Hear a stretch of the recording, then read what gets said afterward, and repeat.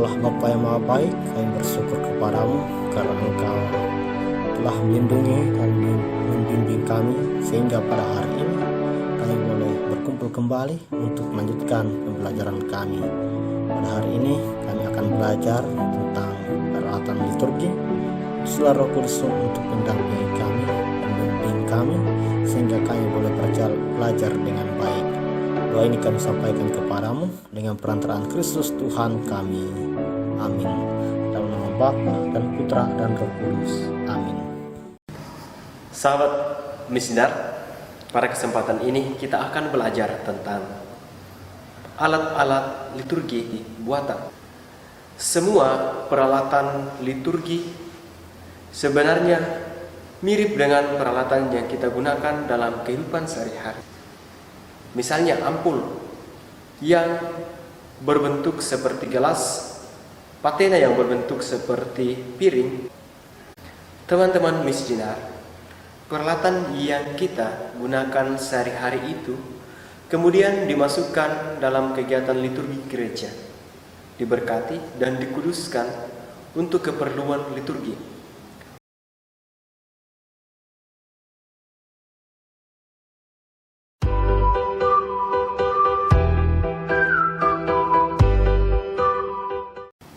Cibori berasal dari bahasa Latin ciborium, dari akar kata cibus, artinya makanan. Bentuk cibori hampir sama dengan piala, tetapi digunakan untuk tempat hosti-hosti kecil yang akan dikonsekrasi, diubah menjadi tubuh dan darah Kristus dalam perayaan Ekaristi. Cibori umumnya memiliki penutup, sedangkan piala tidak memiliki penutup. Apabila cibori ini berisi hosti-hosti suci atau sakramen Maha Kudus, harus disimpan dalam tabernakel, tempat hosti yang telah diubah menjadi tubuh dan darah Kristus.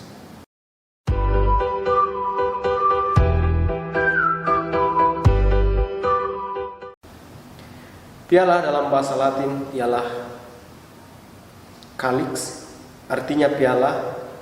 Piala ini merupakan tempat anggur yang dikonsekrasi menjadi darah Kristus dalam perayaan Ekaristi.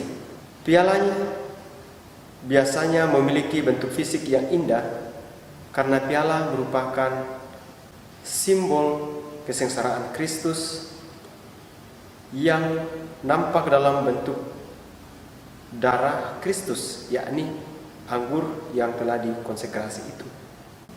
Nah, piala biasanya dilapisi oleh emas supaya logam itu tidak bercampur dengan darah Kristus.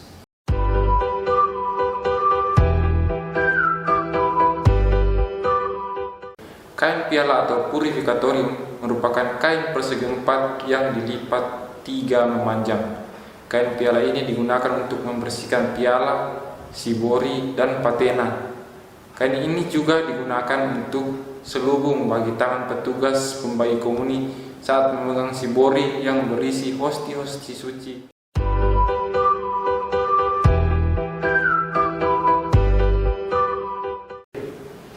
Sendok kecil biasanya diletakkan dalam piala setelah kain piala.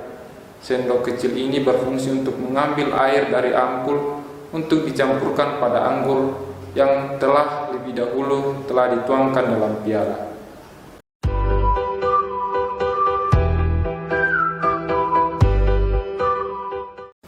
Patena dalam bahasa Latin patina atau patena yang artinya piring.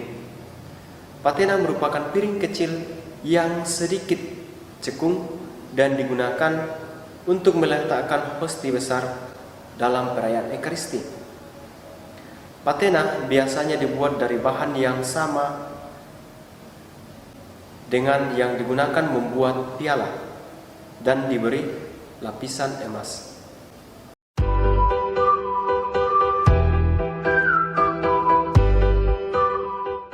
Pala merupakan penutup piala yang berwarna putih dan persegi yang biasanya terbuat dari suatu bahan yang pipi keras dan dilapisi kain putih. Piala berfungsi menutup piala dari kemungkinan kemasukan debu atau serangga.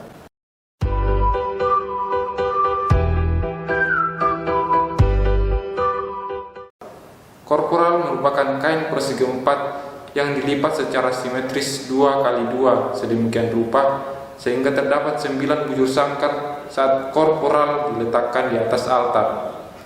Korporal berfungsi sebagai alas, sibori, dan piala yang berisi tubuh dan darah Kristus ataupun monstran saat ada pentataan sakramen Maha Kudus, khususnya saat adorasi atau ibadat salve sebagai tanda penghormatan.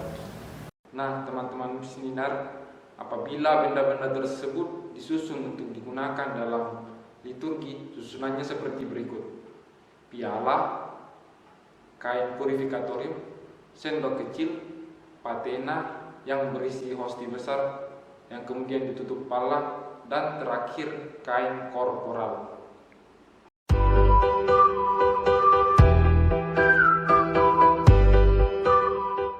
Pyxis dalam bahasa Latin pyxis artinya cepu kecil atau kotak. Pyxis merupakan sebuah tempat hosti-hosti kecil yang akan digunakan untuk mengirim hosti suci kepada orang sakit. Jadi pyxis berfungsi sebagai sibor kecil, sebagai tempat hosti suci, hanya saja lebih kecil sehingga mudah dibawa kemana-mana.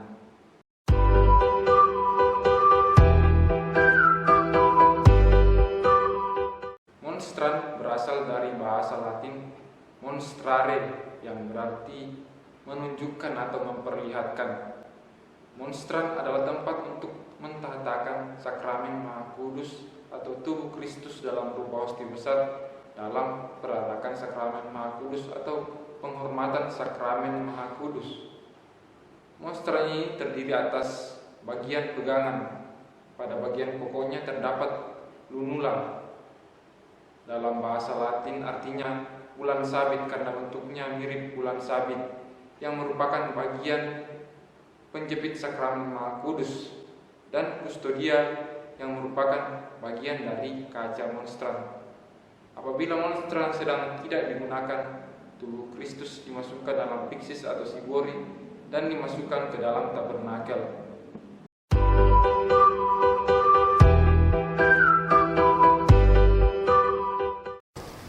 Ampul berasal dari bahasa Latin ampula yang berarti botol kecil dengan leher sempit dan badan yang besar.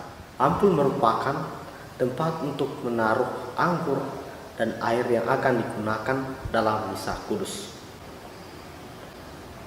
Ampul ini biasanya mendampingi sibori dalam perarakan persembahan, khususnya saat misa Maria. Sedangkan piala sudah diletakkan di atas meja kredens dan tidak perlu diarak.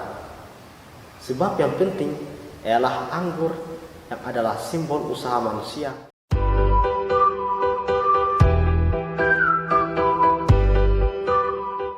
Lavabo berasal dari bahasa Latin lavare yang berarti mencuci, membasuh, dan membersihkan. Lavabo merupakan tempat cuci tangan imam. Lavabo dilengkapi dengan handuk kecil untuk mengeringkan tangan imam setelah mencuci tangan. Lavabo digunakan secara khusus dalam persiapan persembahan sebelum doa syukur agung.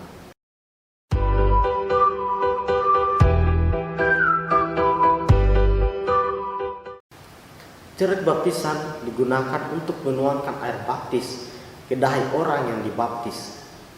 Di beberapa tempat dikenal pula semacam sendok kecil seperti kulit kerang yang digunakan untuk mengambil air baptis dan menuangkannya ke dahi orang yang akan dibaptis.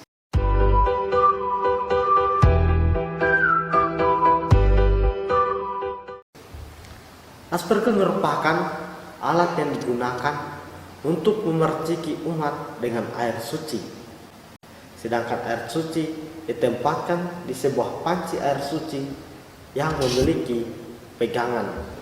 Air suci digunakan untuk banyak kesempatan, khususnya dalam perayaan liturgi dan ibadat berkat. Teman-teman misinar, perlu ketahui penggunaan air suci dalam ibadat berkat merupakan pengenangan akan sakramen baptis. Percikan air suci biasanya diadakan saat pembaruan janji baptis dan berbagai ibadat berkat seperti pemberkatan rumah, kendaraan, dan lain-lain.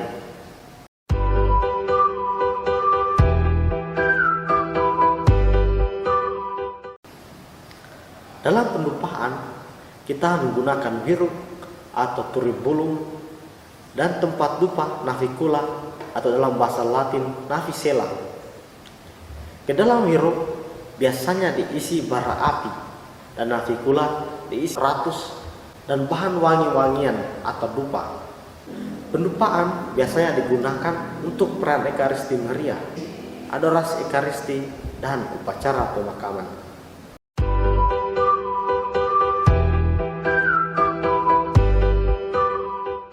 Kandelar dalam bahasa Latin candelabrum yang artinya tempat lilin atau kaki pelita.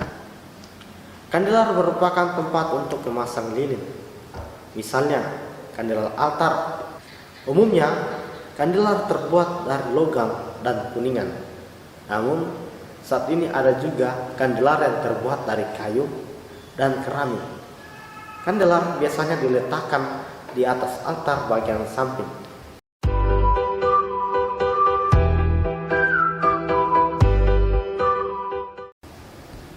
Salib yang dipasang ialah salib yang menampilkan Yesus yang tersalib. Sosok Kristus yang tersalib ini mesti dilihat oleh semua umat. Ini bertujuan untuk mengingatkan umat Allah pada kesengsaraan dan penderitaan Kristus yang menyelamatkan manusia. Biasanya ada 3 macam salib. Pertama, salib besar yang dipasang pada dinding belakang panti imam agar dilihat oleh semua umat. Salib ini dipasang permanen di dinding bagian panti imam. Kedua, salib altar.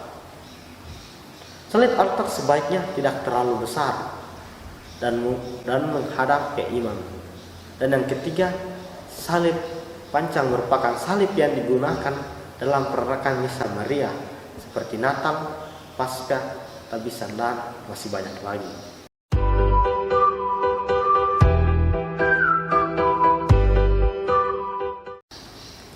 Bel, gong, atau lonceng memiliki fungsi yang sama, yaitu menandai suatu peristiwa atau bagian penting. Misalnya, ketika imam mengkonsekrasi roti dan anggur menjadi tubuh dan darah Kristus, atau dalam penghormatan terhadap tubuh dan darah Kristus dalam perayaan Ekaristi.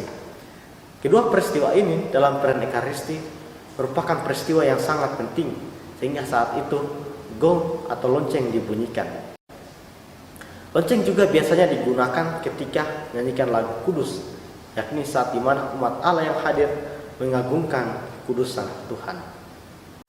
Teman-teman listener, inilah peralatan-peralatan yang sering digunakan atau yang kita jumpai dalam liturgi. Marilah kita berdoa. Dalam nama Bapa dan Putra dan Roh Kudus. Amin. Allah Bapa yang Maha Baik, kami bersyukur karena Engkau telah mengutus Roh Kudus-Mu untuk mendampingi kami dalam pembelajaran kami pada hari ini mengenai peralatan liturgi. Semoga apa yang boleh kami pelajari ini boleh menjadi bekal bagi kami untuk semakin setia dalam melayani Dikau sebagai missioner. Doa ini kami sampaikan kepadamu dengan perantaraan Kristus Tuhan kami. Amin. Dalam nama Bapa dan Putra dan Roh Kudus. Amin.